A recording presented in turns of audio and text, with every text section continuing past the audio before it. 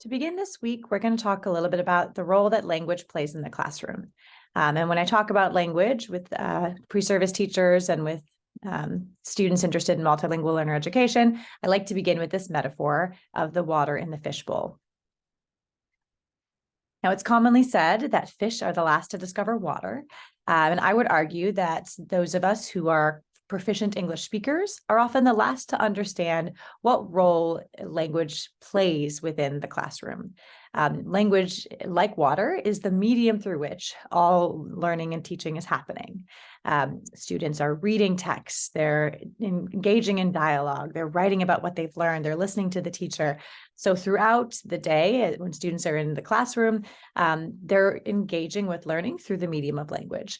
And yet oftentimes teachers don't intentionally plan for language. It's just kind of assumed to be the space where things are happening.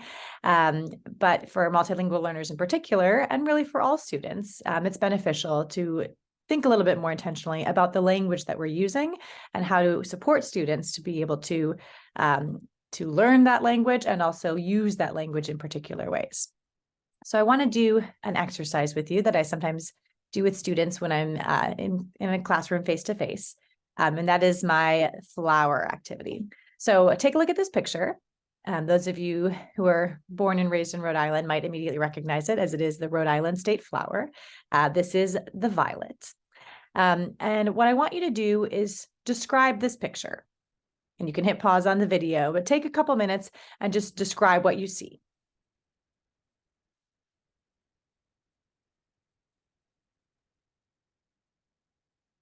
All right, I'm going to move to the next slide, but go ahead and hit pause if you're still describing. So some of the things that students will say when they're describing this picture are, I see a purple flower. The flower has a yellow center and four purple petals. It has leaves. It looks like the flower grows in bunches. It's pretty. So the type of language that we're using when we're just describing something tends to be pretty informal. Some of the vocabulary we're using here is kind of more social language, right? We're using words like purple and looks like and pretty. So language that you might use if you're just having a conversation with a friend. We see use of first person, I see this, use of third person, so kind of more informal way of communicating.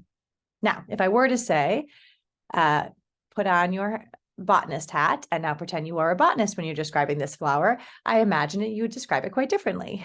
So think about how you would describe this picture now as a botanist or as a scientist who studies flowers. Now, you may begin to use different vocabulary. You might say something like, this is an image of the Viola sororia, also known as the common blue violet. You see here that we're using the scientific name of the flower, the Viola sororia. The structure of that sentence is a bit more complex, right? We were using really short, simple sentences in the last example. Here's another example of what a botanist might say. The Viola sororia is a short-stemmed herbaceous perennial plant that is native to Eastern North America. So there we see lots of information packed in, right? Look at all those adjectives: short-stemmed, herbaceous, perennial, really discipline-specific terminology there, describing where it's located, but not just it's found in Rhode Island, right? But it's native to Eastern North America. So the way in which we're using language has shifted quite a bit from when we were just describing the flower. Here's one more example. There are approximately 450 species of the Viola sororia distributed around the world.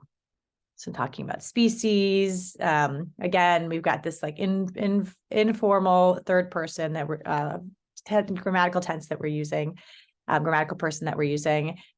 So you can see that the language has shifted quite a bit. All right. What if you were now to describe this picture as an environmental activist? Think about some of the language you might use.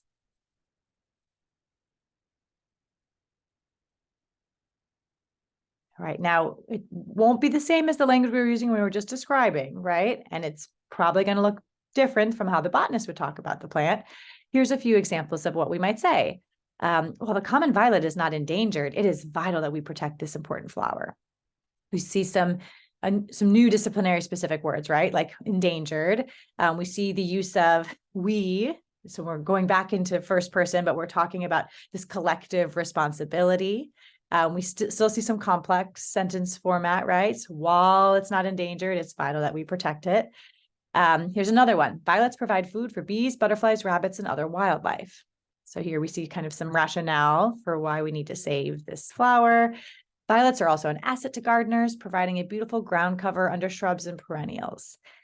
So again, we see some similarities with how the botanist was talking, but we're less concerned with where the flower is located and kind of understanding its different components, and more concerned with what its role is in relation to the rest of the ecosystem. All right, one more. Oh, yeah, we'll go to the next one. And now I often ask students for the last one to describe the picture as a poet. Clearly, we're going to use very different language for this example. I wrote a short poem for you to model this. So maybe something like, delicate lady, quiet as a whisper, purple gown rippling, stretches toward the morning sun. So in my short and sweet poem, you see metaphors and similes, right? Comparing the flower to a lady, quiet as a whisper. We see descriptive language like rippling. We see this idea of the flower stretching. So we're personifying with that and with lady. We don't see periods. These aren't complete sentences. The structure has changed. The vocabulary, the words we're using has changed. There's no grammatical person at all. We're not saying they, it, I. Just the descriptors stand on their own. So, as we can see from this example, we use language in really different ways depending upon the purpose for that language use, depending upon the audience, and depending upon the way in which we are approaching that language. And something that's important to think about in relation to this is that our multilingual learners are learning academic content at the same time as they're developing English language proficiency. So attending to these nuanced differences between how we use language in different ways is extra important for students who not only need to learn the content, but they also need to be learning English as they're developing their content knowledge. So a few takeaways I hope you'll remember from this flower example. The first is that academic language is not just one thing. So you saw that when we talked about using language like a botanist, like an environmental activist, like a poet, we used language differently. All of those you might say are examples of school language, right? The botanist is like the language of science, the environmental activist could be the language of social studies, and our poet perhaps could be the language of English language arts. They're all really different, right? So when we say students need academic language, that it's more useful to think about what they need language to do, right? What is the purpose of language use? We use language differently for different purposes, both within school and outside of school.